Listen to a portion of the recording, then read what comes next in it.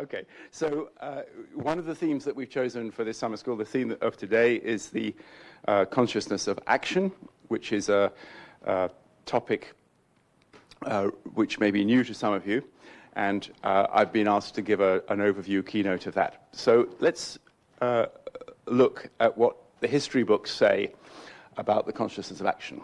So if you look at a psychology textbook, really covering any period between about 1899, the first psychology textbook, and 1990, they basically won't say anything at all about action, other than action control is automatic, we move without thinking, this is not a topic for psychology, it's not of any interest for mental life, there are no interesting psychological or mental phenomena connected to movement, and the core of mental life is things like thought, perception, memory, possibly emotion, but certainly not action. So this is a field which basically didn't exist throughout the vast majority of the history of the discipline. And at one level, that's sort of fine. It's perfectly reasonable to say that our conscious mental life is not dominated by our actions and by our movements. That seems quite reasonable. But it's in stark contrast with another tradition coming from philosophy, which I've called here mens rea. So mens rea is actually a term in the criminal law, which insists that we're responsible for our actions, and the reason why we're responsible for actions is because we're conscious of making them. So, for example, if you are arrested and taken before, the judge or some law officer and accused of some crime, if you can show that you were not aware of the action that you were doing, you cannot be found guilty. So that is the doctrine of mens rea, and it's absolutely fundamental to our society. It really underpins almost everything about the way that we conceive of a person, or at least of a healthy adult member of society. So the idea that you should know what you're doing, be aware of it, and thus become responsible for it, seems so central to what we think we are and our status as agents, that it's really surprising that psychology has absolutely nothing to say about it over the last 100 years. It's a paradox. So that's a little bit what I want to talk about today. A very simple framework for thinking about our actions and the conscious experience of actions is a temporal or an event-related framework. So we can think about actions as beginning with some typically unobservable mental state, which I'm going to call an intention. I'll talk a little bit more about that later. Our actions typically always involve some body movement, or at least the actions that I'm going to talk about always involve things like people lifting their hand, signing their name, punching people in the face, all of those kinds of things. These are basically contractions of muscles. So the heart of an action is an event in my body where my muscles contract and typically my limbs, possibly my speech articulators, but some bit of me moves. So movement's the heart. And one of the interesting things about human action is very often our actions are goal-directed. We don't act aimlessly or randomly or for no reason. We typically act because we want to achieve some outcome. So we have goals and we try to make things happen, right? So I might lift my arm because I want to ask a question, and then I will attract your attention by lifting my arm, and then I can ask my question. So my goal would be my intention would be to ask a question, my movement would be to lift my arm, and the outcome would be that the chair of the meeting would say, Patrick, what is your question? And then I'd ask my question, all right?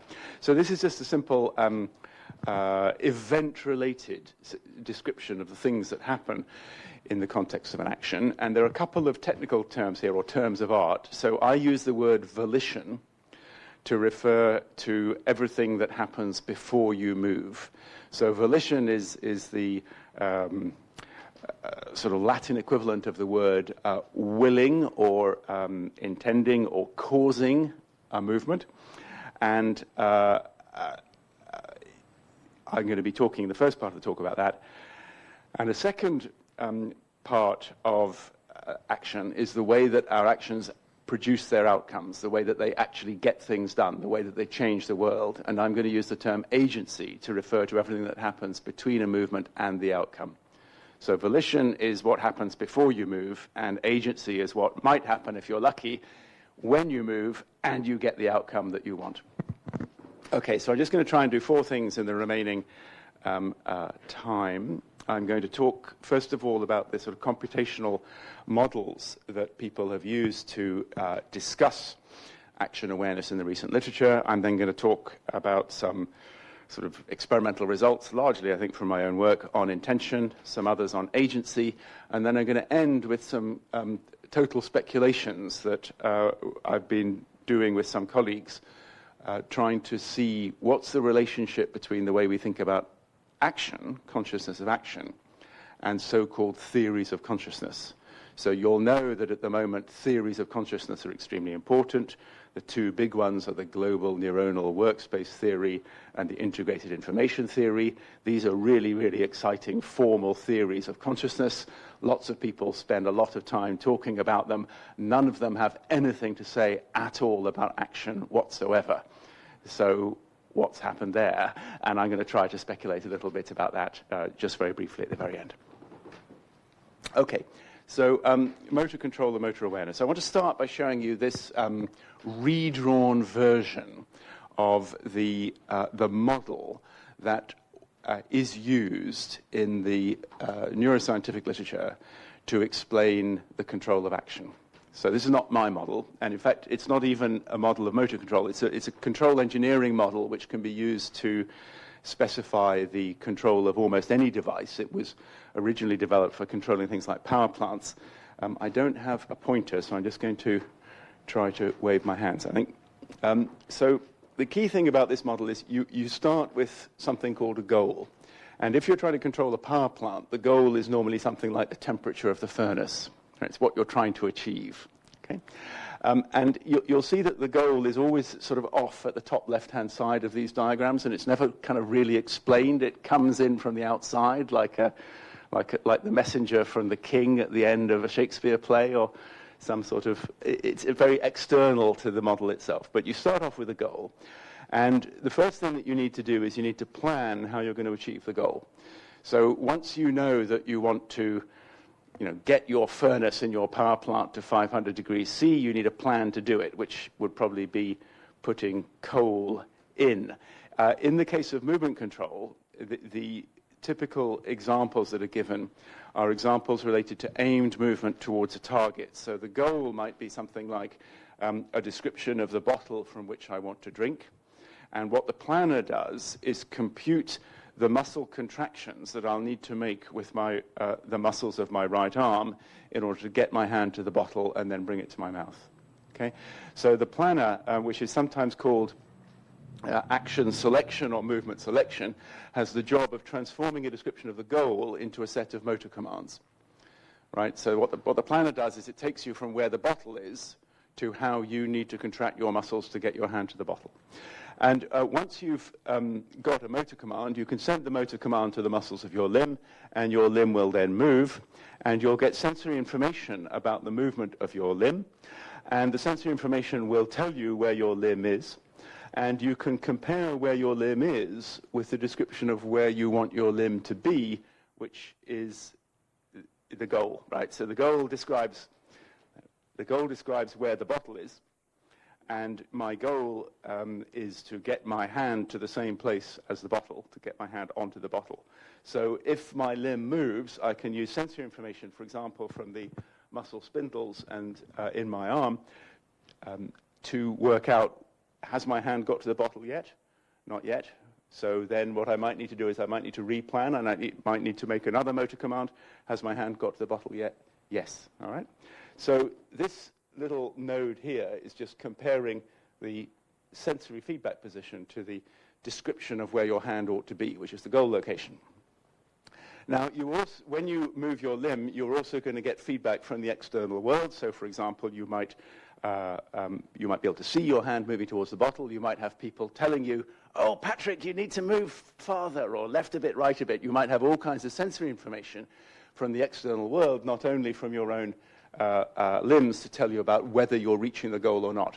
You might, for example, hear the tinkling sound of the water as you spill it down your shirt, and that would tell you that you've missed and you need to replan and you need to go back through this loop again. So this is an absolutely classic negative feedback loop of the kind that's used in almost all sorts of control engineering problems. The thing which has attracted most attention in the literature is a second internal loop within this same structure. So it is thought that when the brain plans a motor command and sends it to the muscles of the limb, a copy of the motor command is tapped off internally within the brain and is run through some computational device which is typically called a forward model or a predictive model, which has often been associated with the cerebellum, but not exclusively. And the forward model has the job of predicting where this motor command will lead your limb to end up. All right? So if you send a motor command to your muscles contract and your limb moves, and you can wait for sensory feedback to tell you how your limb is moving, but you can probably guess how your limb is moving before having to wait for this delayed sensory information if you have a forward model. So the forward model transforms motor commands into predictions of where the hand will be. So I know that if I send this kind of motor command, I know that my arm is going to move like that, and I might, for example, be able to calculate that I've misreached. The motor command that I've sent will make my hand overshoot the goal. I'm going to miss the bottle. I won't be able to pick it up. I won't get the drink that I want. So this is effectively another feedback loop. It's a little bit confusing. People often think of this as, because this has got the word forward in, people often fail to recognize that it's actually a feedback loop. But it's a feedback loop using predicted, estimated information rather than actual sensory information that's coming from the external world. The key point about the internal loop is it's really, really quick. You don't need to wait for your limb to actually move. You don't need to wait for the slow neural conduction of action potentials out of your brain down to your spinal cord and to your muscles. You don't need to wait for the muscles to actually contract. So the internal computation of whether your movement is going to succeed or not can all be done internally and very, very fast. Okay, so what we've got there is that this is originally a model of motor control. It's not a model of experience, but it's been used in the literature as the basis for thinking about action awareness and action consciousness. This is the way that people think about it in the last 20 years or so.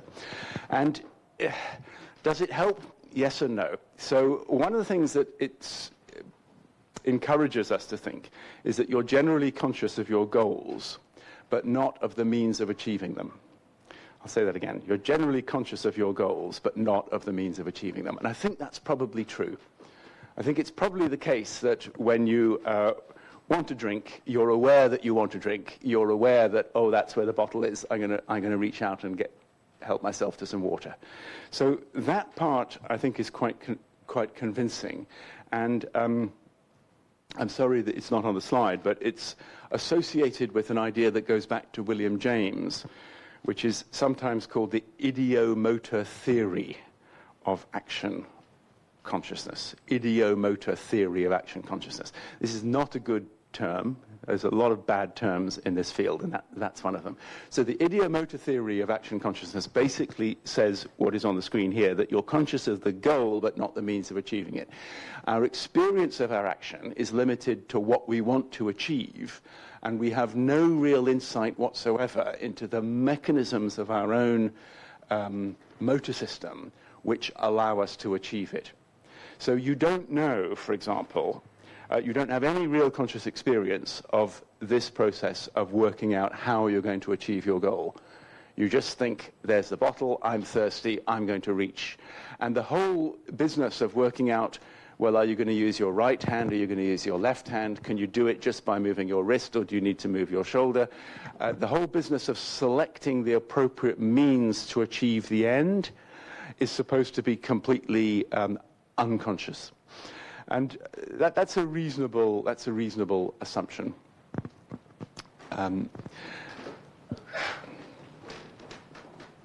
There's a second bit of this motor control model, which is the bit which has attracted by far the most attention and has been used to produce a theory of action awareness historically, or it's been used to produce a so-called theory of action awareness.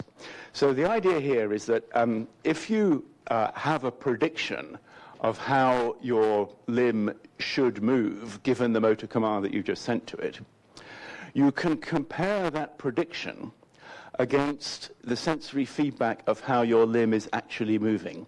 And this node here has got a minus and a plus because you effectively subtract what you think will happen, the prediction of how you should move, from what actually happens, which is the sensory information about how you have moved. So you can compare what ought to happen with what does happen. And if what ought to happen and what does happen are the same, then this little node, this comparator, will produce 0. So just to work through our example again, I predict that my arm is going to move forward like this, and it's going to hit the bottle. I get sensory information from my moving limb that my arm is moving forward and that it's now hit the bottle. So this is exactly what should happen. This is what is expected. My estimate of my action corresponded to what the action actually was. Everything's right with the world. You've got a 0 sum, or there's a 0 residual at that comparator because what you predict will happen exactly cancels what actually happens. And as a result, you can basically have what is often called a sense of agency with respect to the action. The movement of your limb is exactly as predicted. It's what you wanted. Stop fussing. It's fine. It's your movement. You've reached the goal. You can get on with your life. So the key point about this is that predictable and self-generated events are cancelled against the estimates that are made by the forward model. So you don't actually really have a substantial experience of acting because you can predict that how your action is going to occur anyway. So prediction is cancelled against sensory feedback. And as a result, the dominant theory about action awareness basically says that you attenuate all the awareness of your action because it's exactly what you predicted anyway. You don't need to have any conscious experience of your action. And somehow there's a strong sort of feeling of suppression about the whole literature. So what you therefore can do is you can conclude that an action which occurs as predicted is yours. It's what you plan to happen. Your body movement should not surprise you, and you can attribute your actions to yourself. You can basically link them to your first-person perspective. You can say, I did it. So, why is the bottle in my mouth? Well, I did it. I put it there. It's fine. Don't worry. And the key thing about this is it's not really a theory of action. It's a theory of, or a theory of awareness of action. It's more a theory of non-awareness of action.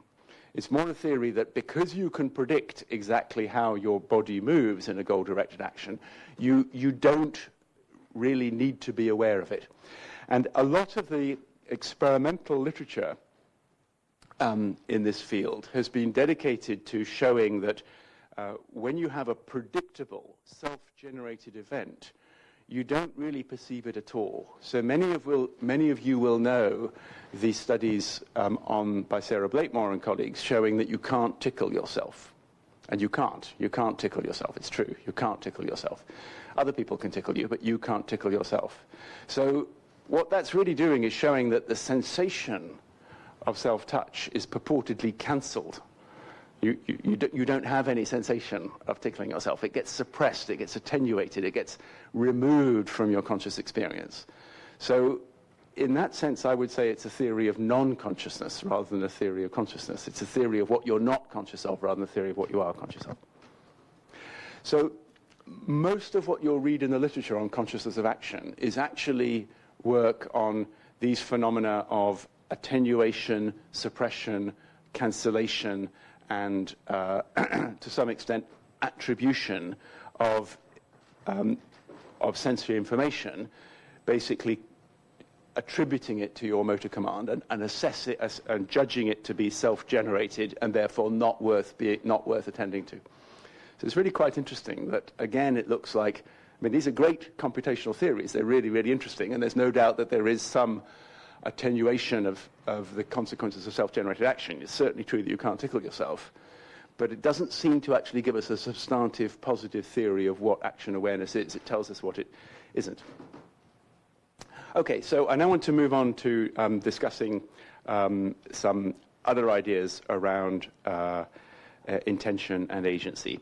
So I'm going to take a fairly historical point of view because I think that's always interesting. In the 1960s, Kornhuber and Diecker were the first people to propose a sort of neuroscientific or quasi-neuroscientific approach to voluntary actions. By voluntary, what I mean here is actions that are not caused by an external stimulus. So in the history of psychology, the dominant view of action has been stimulus-response. Stimulus-response. So you give the dog the food and it runs towards you. Okay? You throw the object at somebody and they blink or they make an avoiding action. So there's a stimulus which causes the action. And that's true. It's true that we make actions in response to external stimuli. But one of the interesting things about healthy adult humans is that their actions can go beyond stimulation. So you can do something without any stimulus telling you to do it. You might decide to lift your arm. You might just decide to do it. Nobody told you to do it, you just did it. You did it perhaps because you had the goal of asking the question. So what's the stimulus there? Really, really important feature of human action is the capacity to make actions in the absence of stimulation. So if you look at some of the actions that we think are really, really important, sort of societally or civilizationally, they're quite often like that. So if you look, for example, at creativity is a good example. So the key thing that we value about creative actions is that they come from the artist's head or from your head, not that they're responses to stimuli, but they're internally generated. And this has been a sort of an important but tricky point to try to study. So the interesting thing about human action is the capacity to internally generate actions in the absence of stimulation, and how can it be studied? Well, basically it's very difficult to study, and the first step in the recent study of internally generated action was the discovery of biomarkers for the brain activity for the process of generating an action in the absence of external stimulation. So Kornhuber and Diecker, they were working in Freiburg in 1965, and they were interested in actions which were not stimulus-caused, not stimulus-driven. And they asked participants to make an action every now and then. So these are what they call self-paced actions. And the action is typically a button press, or it might be a wrist movement like this. So when you want to, you make the action. No particular reason why you do it now or a bit later or a bit earlier, but it's up to you when you do it. That's the critical thing. There's no stimulus telling you act now. It's up to you when you do it. And while this was happening, they were recording EEG. And the thing that they noticed or discovered, which is sort of controversial still, is that if you align all of the EEG recording traces at the moment of action, so 0 here on this x-axis is the moment at which the muscles actually contract, you can see a fairly reliable gradual ramp-like increase in EEG activity, which precedes the moment of the action itself by somewhere between, often 1 second is a fairly common value. Okay? Now, just draw your attention to something here. It's conventional in EEG to plot negative up. So this little tiny calibration bar has a minus at the top and a positive at the bottom. So this EEG activity that you see preceding the moment of a self-paced action is actually a negativity. And it's typically recorded from scalp electrodes over the midline frontal cortex, so roughly overlying the supplementary motor area and the primary motor cortex. I'm not going to worry too much today about neuroanatomy. But it's a negativity. And one thing to always be very, very cautious of whenever you read an EEG paper is just check, are they plotting negative up, which in my mind is what you should do, but then I'm very, very traditional, or are they plotting negative down, which is the kind of new and, I don't know, radical or trendy way to do it. But just check, that's the point, because it's so easy to get confused with EEG, depending on whether it's negative up or negative down. And my advice is always plot negative up. We can go into the discussion of why you should plot negative up another time. So the key thing that they're showing here is what I would call the precursor. They're showing something in the brain that happens before a voluntary action, a precursor. Okay? Now, at one level, it's not surprising that something happens in your brain before a voluntary action. I mean, your voluntary actions aren't just going to sort of pop out of your head like uncaused causes. Philosophy teaches us that everything has to have a cause, and philosophy also teaches us that causes always precede their effects. And I think that's true. So it's not surprising that you find activity in the brain before a voluntary action. But it was interesting at the time that you were able to find precursor events which seemed to be the neural basis of, quote, free will, unquote. So there's always been an interest in this neuroscientific literature in trying to find the neuroscientific basis of, quote, free will, unquote. And Kornher and Radicka thought they'd found it. They thought that they had found the signals in the brain and the areas in the brain which were associated with the initiation of freely willed action. And the story got more interesting a few years later with the work of Benjamin Libet, which we'll come on to.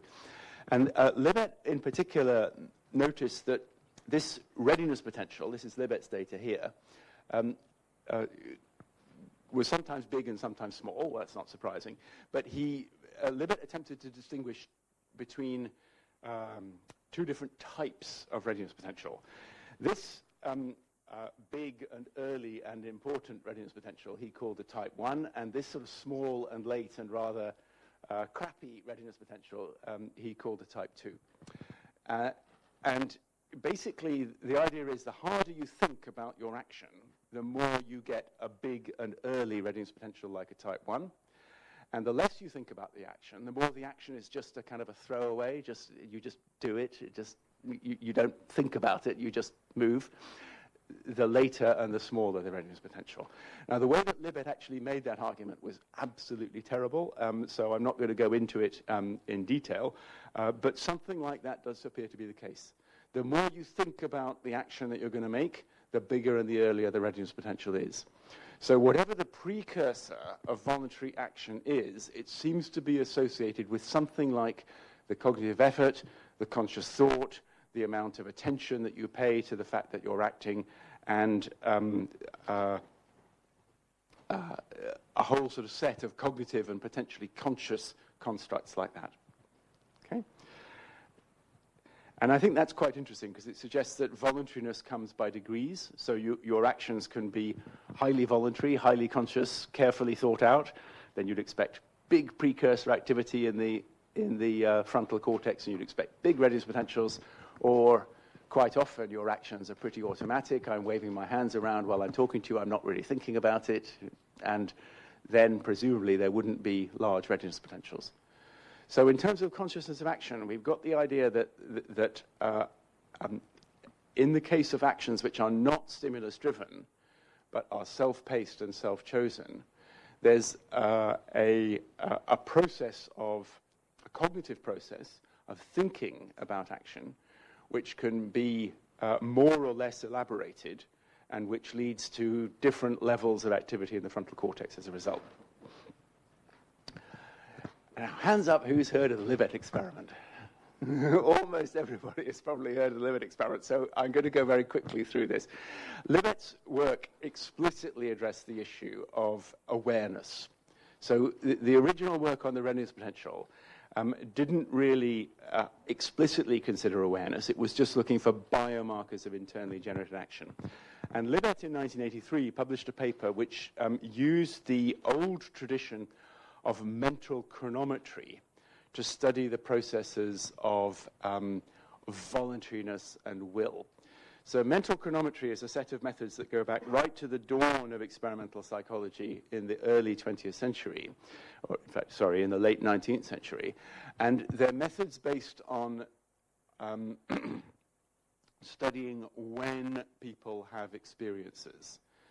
So that the time at which we have experiences is a quite useful way of understanding what the experiences are and where the experiences come from. So very early on in the history of experimental psychology, it was realized that asking when did you see the stimulus, when did you make the decision, when did you lift your arm, when questions are really informative. They're very good questions to ask. So in the Libet experiment, the person makes a voluntary action whenever they feel like it. So there's this strange instruction, please press the button whenever you feel like it. And while they're doing that, they're watching a clock, which is unusual because it's only got one hand, and it goes around every 2,560 milliseconds. And you use the clock in order to report the time at which you have particular subjective experiences. And the subjective experience that interested Libet was the experience of will.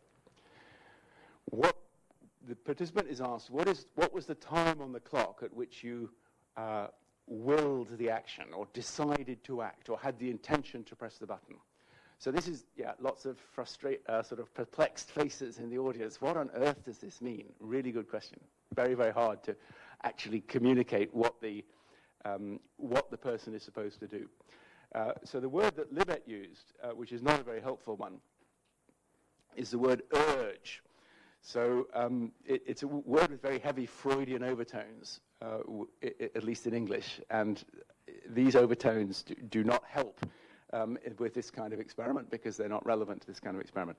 But Libet asked his participants to report the time on the clock at which they, open quote, first felt the urge to move, close quotes. So the idea, I guess, or the model, I guess, is that the person is sitting there with their finger on the button, and they're not moving, they're not moving, they're not moving, and then they suddenly think, oh, gosh, I want to move. They have an urge to move. So they transition between a sort of non-action and an action, and the model is that they will have some experience associated with that transition, which is the onset of the urge to move, and that this will somehow be related to the fact that they will then press the button.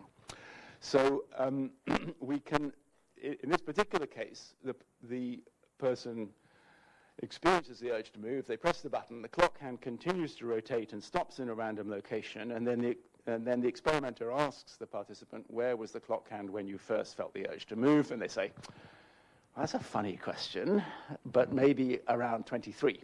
And we know that the clock hand was actually at 25 at the moment that they actually pressed the button, so we can put, and we know how fast the clock hand is rotating, so we can put the moment of conscious will or the moment of urge or however you'd like to think about it, we can put it on the same timeline as the physical event of the movement itself, and that's what's shown here. So 0 is the moment of movement onset. This is a schematic readiness potential that you might be recording during the experiment, which Libet was recording. And the average time at which people reported the urge to move is shown by this red line, and it's 206 milliseconds before the movement itself. It's 206 milliseconds before the onset of the muscle activity in the relevant muscles. Now, Libet called this the W judgment for judgment of will. I'd prefer to call it the moment of conscious intention. People seem to have some sort of reportable experience of urge, will, decision, intention, some kind of precursor activity a couple of 100 milliseconds before they make an action. And that's basically the result of the Libet experiment. That's the main sort of point. And what it suggests, what's interesting about it, is that the moment of conscious intention seems to follow the onset of the precursor activity, the onset of the readiness potential, by a remarkably long interval. So it's often more than a second between the brain beginning to display a readiness potential and the person, reporting a conscious intention to move.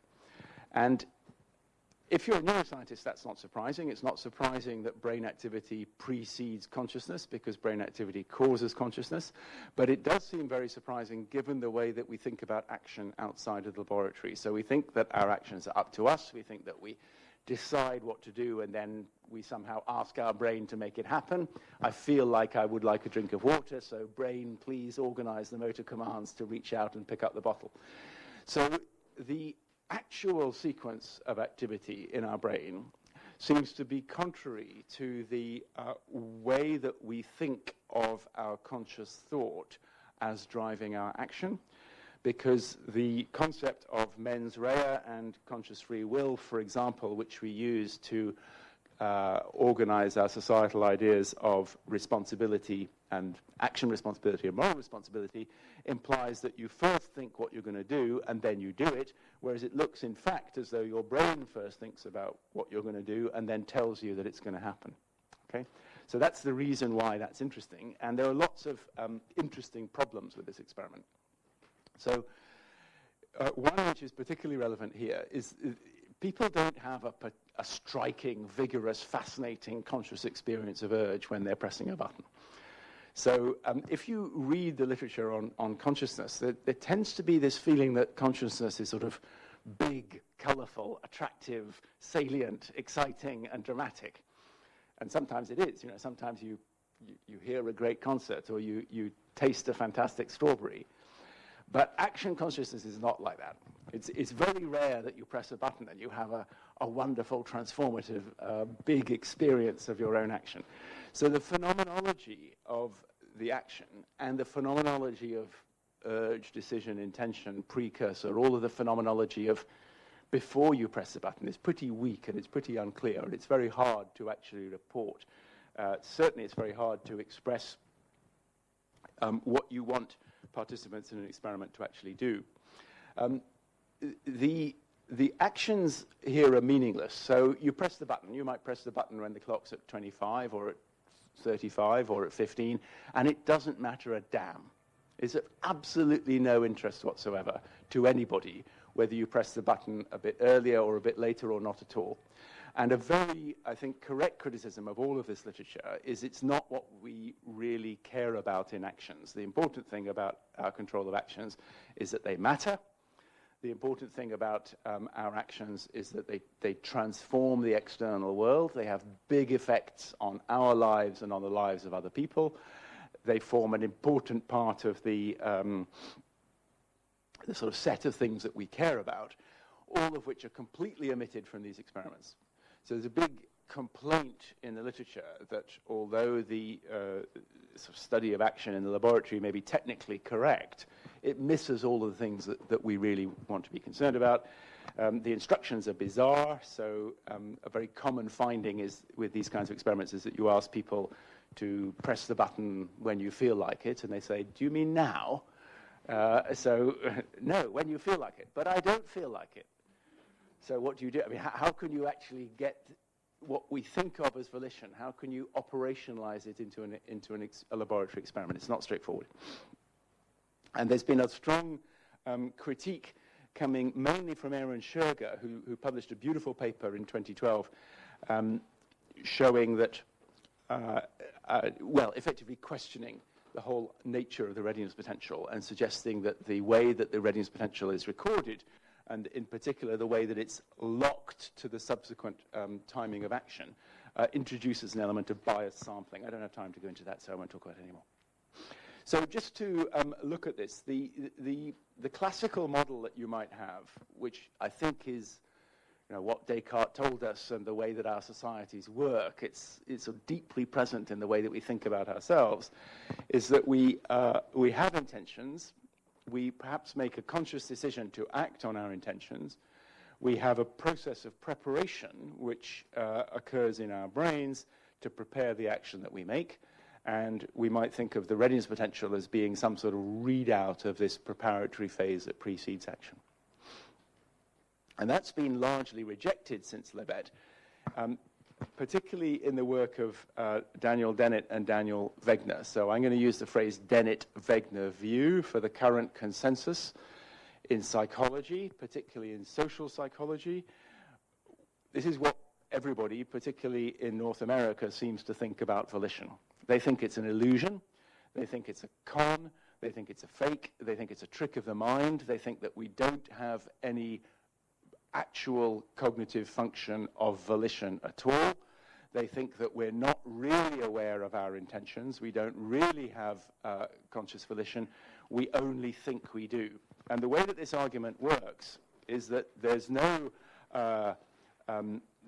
real such thing as conscious intention. There's unconscious brain activity which causes body movements. So I might have some unconscious brain activity which might cause my arm to lift up in the air. I get sensory feedback which tells me that my arm is in the air. So, for example, I can see my hand above my head. And I retrospectively post-dict a feeling of conscious intention, which I insert back into the stream of consciousness to say, oh, Patrick, your hand's up in the air, but don't be scared, don't be frightened, you meant to do that, didn't you? Okay? It's your hand, it's up in the air, you intended that, it's a willed action, it's not something strange. We retrospectively invent or indeed confabulate the intentions that act as the putative causes of the funny things that we find ourselves doing. All right? So you can see that this is absolutely fatal for the way that we live our lives day to day.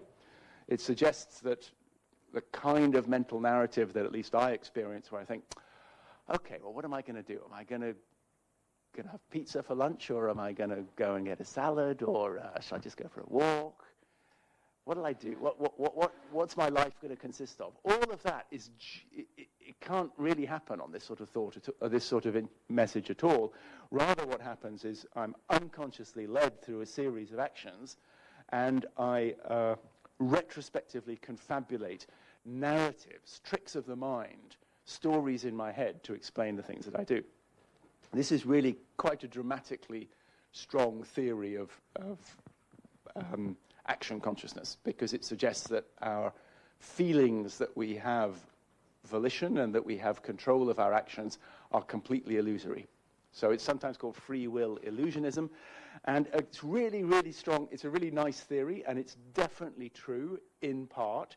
It's definitely true that we retrospectively reinsert back into the stream of consciousness things that are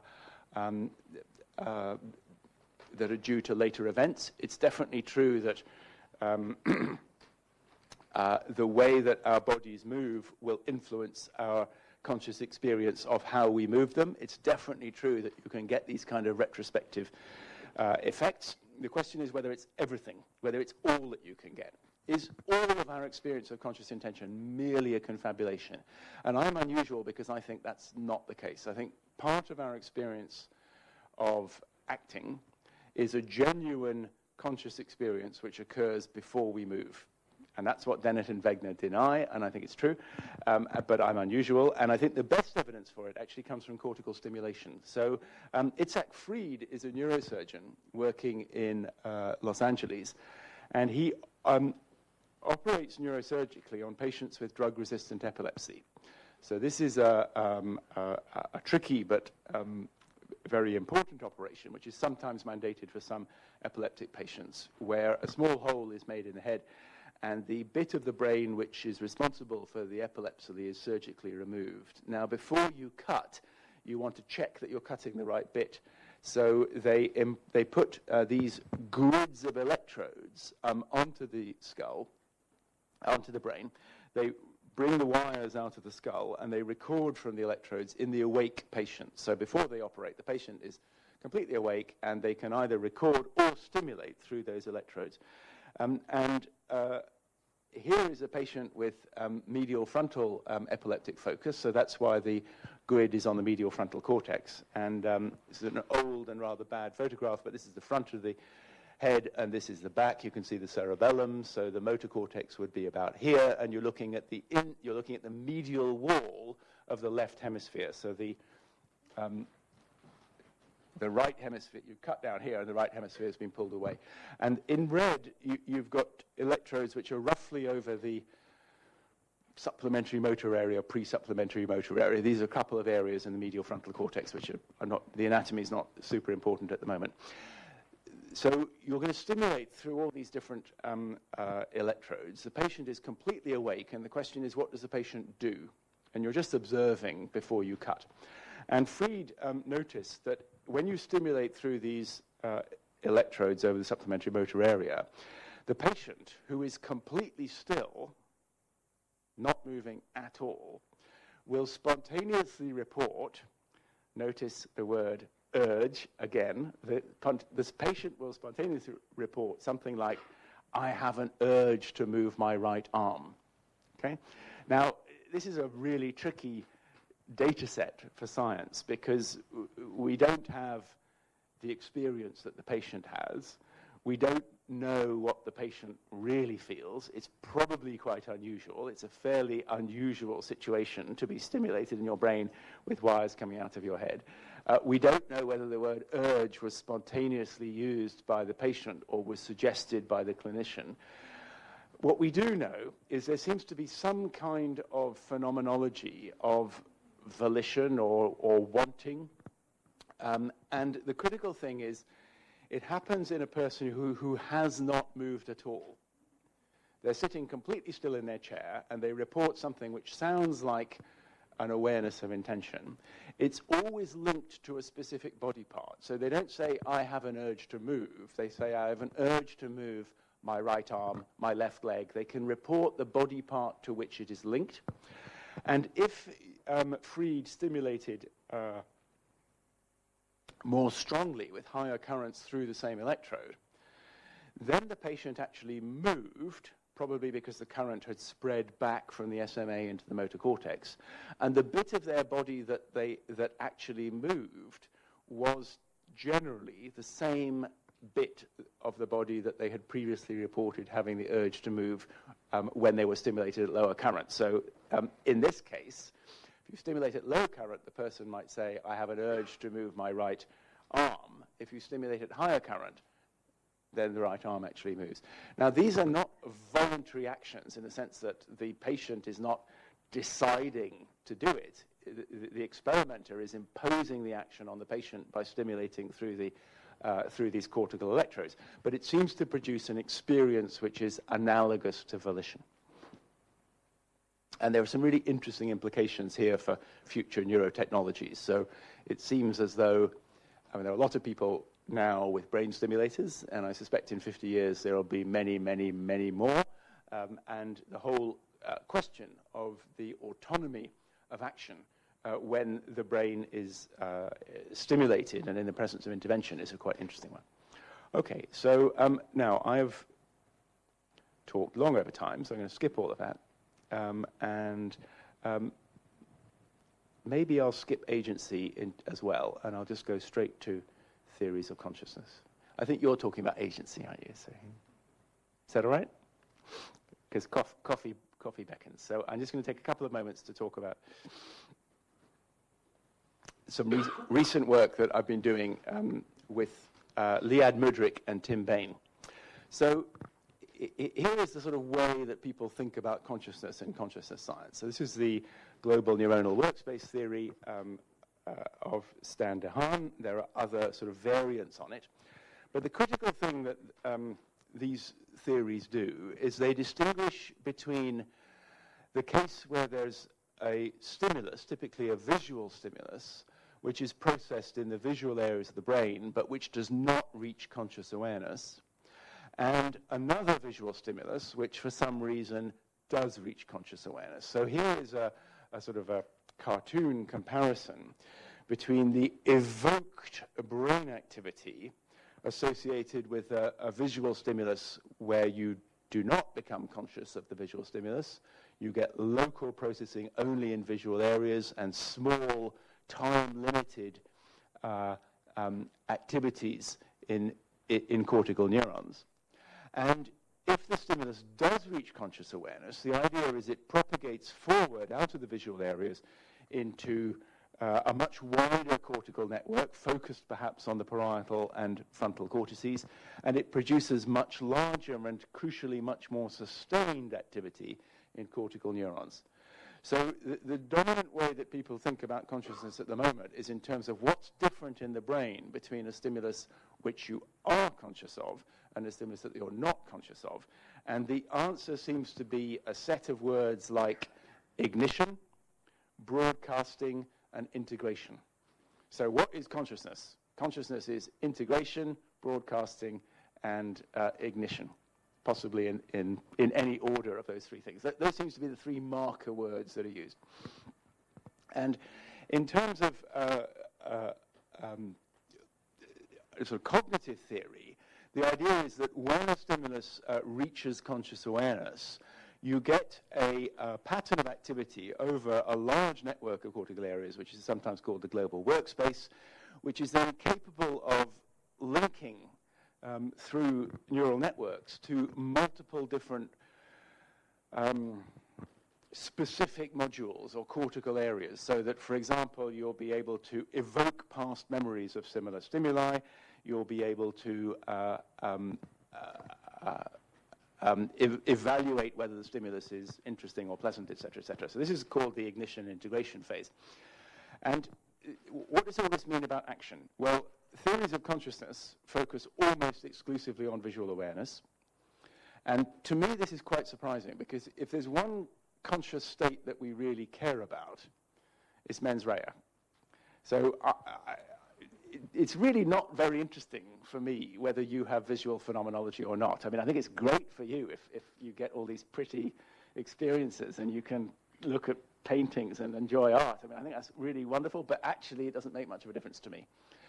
Whereas it makes a really big difference to me whether you are aware of your actions, whether you're aware of the fact that you can control your actions, whether you can think about your actions before you do it, versus whether you are, a completely impulsive and impossible and unpredictable person who's in my life space.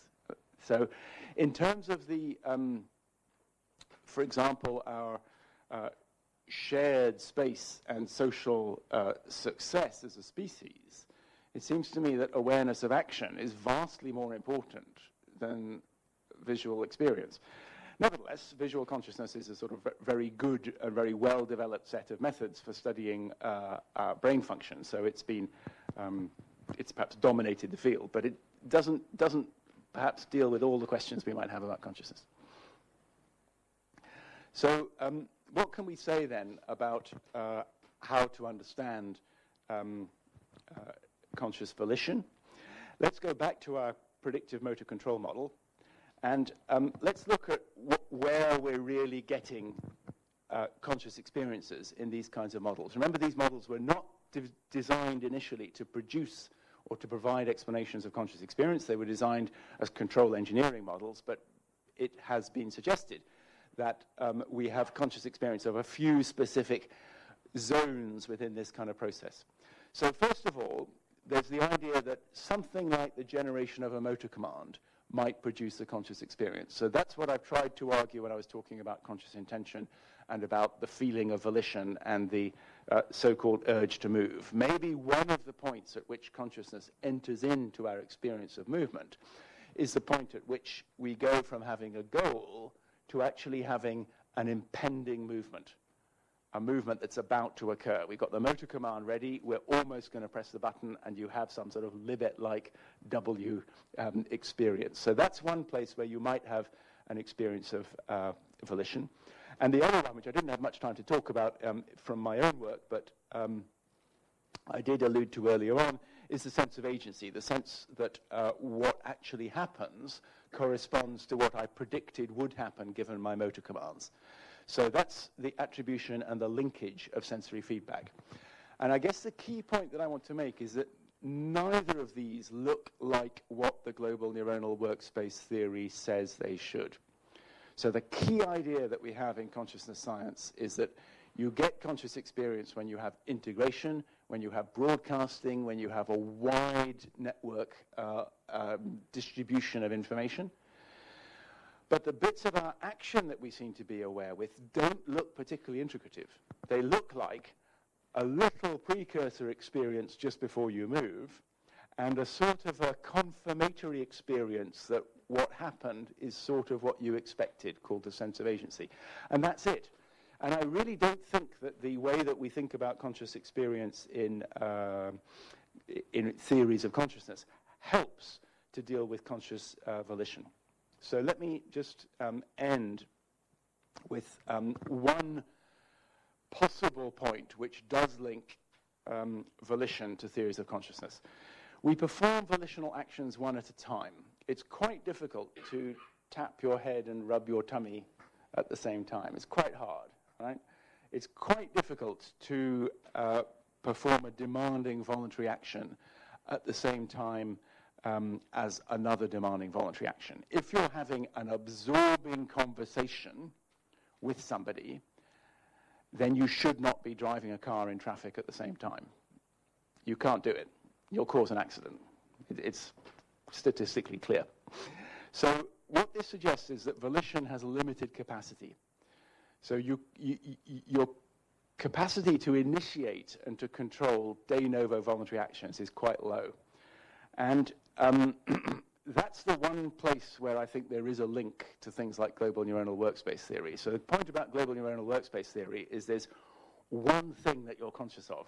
There's a stimulus on the screen. Let's say it's a word, and it's supraliminal, so you read it, you read the word, your global workspace ignites. It's full of the word. It's full of all of the associations of the word. It's full of your memories of when you saw that word before. It dominates. It dominates. So there's this missing word, I think, in consciousness, theories of consciousness, which is this idea that there's one content that dominates. And that's the only point where I think we can relate theories of consciousness in consciousness science to volition, which is that voluntary actions, when we make them, potentially dominate our conscious experience. And that suggests that you've got a limited capacity which you can use to plan and monitor your voluntary actions. And when your executive function, really, when your executive function is dominated by the voluntary action that you're making, then you have something akin to the dominance of a global workspace by the action that you're going to make. So here's a rather nice task that we're working on at the moment called the Tower of London task. It may be familiar to you from neuropsychology. So your job is to transform this arrangement here on the left, the start arrangement, into the finish arrangement. So basically what you're doing is you're problem solving. So what you need to move the blue ball to the far end, and then you've got a problem because you've got to park the green ball on the far right peg, get the red ball, put it on the middle, and then move the green ball back to the left. All right? So you can do it. Everybody follow that? That was an easy one. It's brain fog. You can do it, but it's quite hard, and people make mistakes, and people do it slowly, and they do it suboptimally.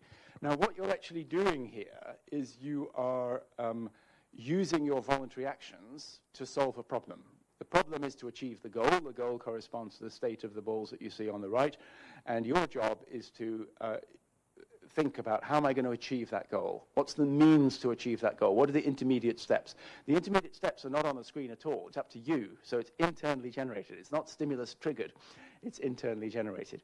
And you can do that. We know that you need your frontal lobes to do it. And you can't really do much else at the same time. So when you're solving these kinds of tasks, you're selecting voluntary actions and then implementing voluntary actions in order to achieve a goal. It dominates your conscious experience. And it does seem to involve an element of integration. I'm much less clear about whether it involves an element of broadcasting. But to the extent that there's any relation between the way that we think about action awareness and the sort of theories of consciousness that you hear about at ASSC and other sorts of consciousness science venues, I think it's this idea of dominance. Our actions, our voluntary actions, can dominate our conscious experience.